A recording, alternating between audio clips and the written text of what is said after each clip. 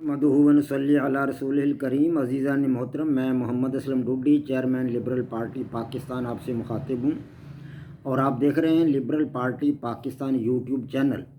अज़ीज़ान मोहतरम, आपको पता है कि आप इस चैनल के तवस्सुत से लिबरल पार्टी पाकिस्तान के मंशूर से आगाही हासिल करते हैं और मैं इस मकसद के लिए आपके सामने वक्तन फ़क्तन अपने ख़यालात का इजहार करता रहता हूँ।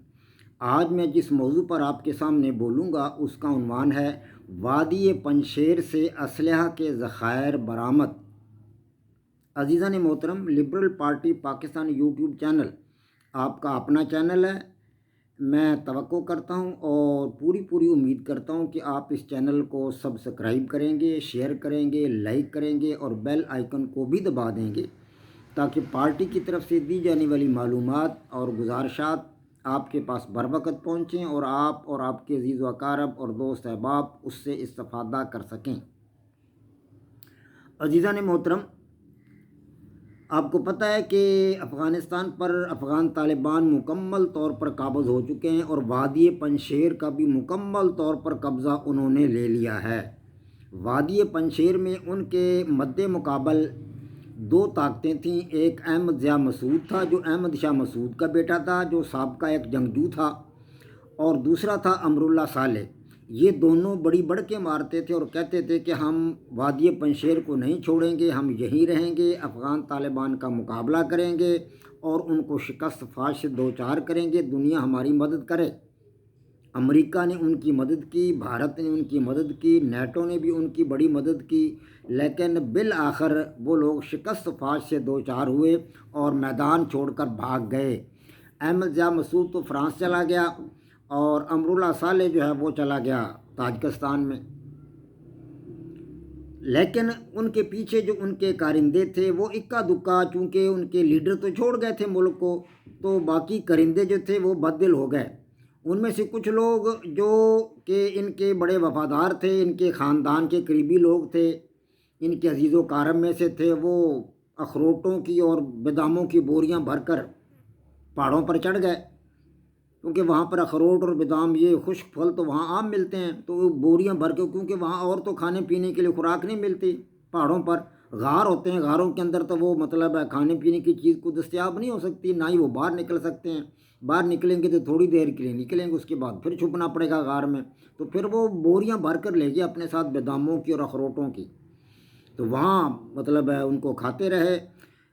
ये मतलब इक्का दुक्का लोग थे जिनकी तादाद कोई मतलब लाखों में नहीं थी, बस चंद हज़ार लोग होंगे, दो चार हज़ार लोग होंगे, ज़्यादा से ज़्यादा, इससे ज़्यादा नहीं थे। तो ये लोग वहाँ पे छुपे रहे गारों में।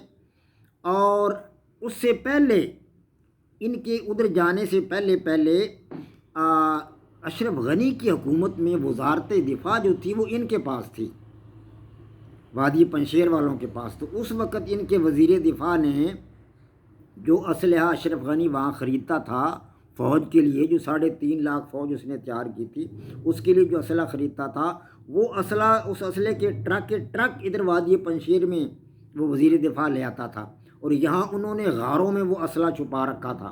उसी असले की बुनियाद पर वो कहते थे कि हम वादी पंजशेर को नहीं छोड़ेंगे और हम अफ़गान तालिबान का मुकाबला करेंगे, क्योंकि उन्होंने ट्रकों के ट्रक असला जो था वो पहाड़ों की गारों में छुपा रखा था और उनको पता था कि पहाड़ों के गारों में असला छुपा हुआ है। ये तो भाग गए अमरुल्लाह साले और अहमद ज़िया मसूद, लेकिन उनके साथियों को पता था, वो उन मतलब गारों के अंदर चले गए, अखरोट ले गए और बादाम अपने साथ उनकी बोरियां भर कर ले गए और असले के पास पहुंच गए और असला उन्होंने मतलब जो था वो उसको लेकर वो मुकाबले के लिए आने लग गए इक्का दुक्का।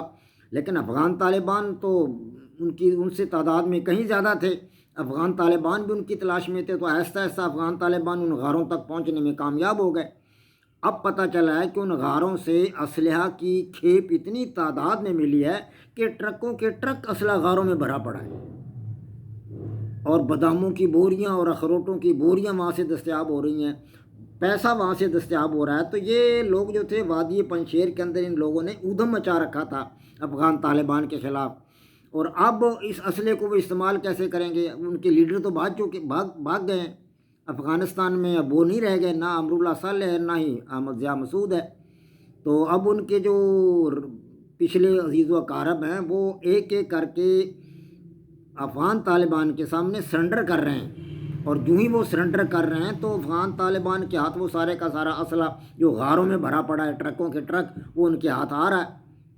اس میں عام اسلحہ بھی ہے، مطلب بندوقیں بھی ہیں، اس میں ریوالور بھی ہیں، اس میں میزائل بھی اسے دستیاب ہوئے ہیں۔ بہت سارے میزائل تو ایسے ہیں جو ناکارہ ہیں، اور بے شمار میزائل ایسے ہیں جو کارآمد بھی ہیں، وہ بھی دستیاب ہو رہے ہیں۔ تو امریکہ نے اور انڈیا نے ان کو بھرپور اسلحہ دے رکھا تھا، اور ان کی اتنی تیاری تھی کہ یہ جنگ کرنے کے لیے بالکل تیار تھے۔ لیکن آخری لمحات میں جب افغان طالبان نے حلہ بولا وادی پنشیر پر، اور ان کا جو شہر ہے وسطی یا صوبائی دارالحکومت ہے بازارک پر جب حملہ ہوا اور ان کے بہت سارے جنرل مارے گئے، تو اس وقت امراللہ صالح اور یہ احمد ضیاء مسعود بھاگ گئے، اور بھاگ کر چھپا کر ادھر ادھر نکل گئے۔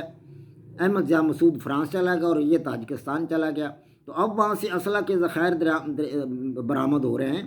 یہ سارا اسلحہ وہی ہے جو اشرف غنی کی حکومت میں ان کا تاجک وزیر دفاع جو تھا وہ ادھر لے کر آیا تھا وادی پنشیر میں، افغان عوام کا، افغان طالبان کا مقابلہ کرنے کے لیے۔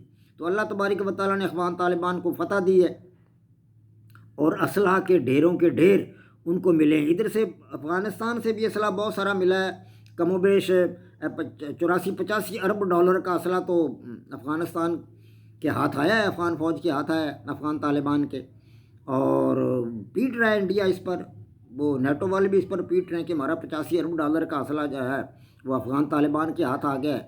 تو ان کو تو بنی بنائی حکومت مل گئی، اسلحہ بھی اتنا مل گیا کہ جس سے وہ اپنے ملک کا دفاع کر سکتے ہیں۔ لیکن ادھر سے بھی اب اسلحے کے ٹرکوں کے ٹرک مل رہے ہیں۔ تو اب افغان طالبان خدا کے فضل و کرم سے معاشی طور پر اور عسکری طور پر اور زیادہ مضبوط ہو جائیں گے۔ اب انہیں کسی سے اسلحہ لینے کی ضرورت پیش نہیں آئے گی۔ تو اللہ تبارک و تعالیٰ سے دعا گو ہوں کہ اللہ پاک افغان طالبان کو زیادہ سے زیادہ مضبوط کرے، اور پاکستان اور افغانستان دونوں برادر ملکوں کے درمیان باہمی یگانگت، محبت، اخوت اور بھائی چارہ کے جذبات کو فروغ ملے۔ وما علینا الا البلاغ۔ پاک فوج زندہ باد، پاکستان پائندہ باد۔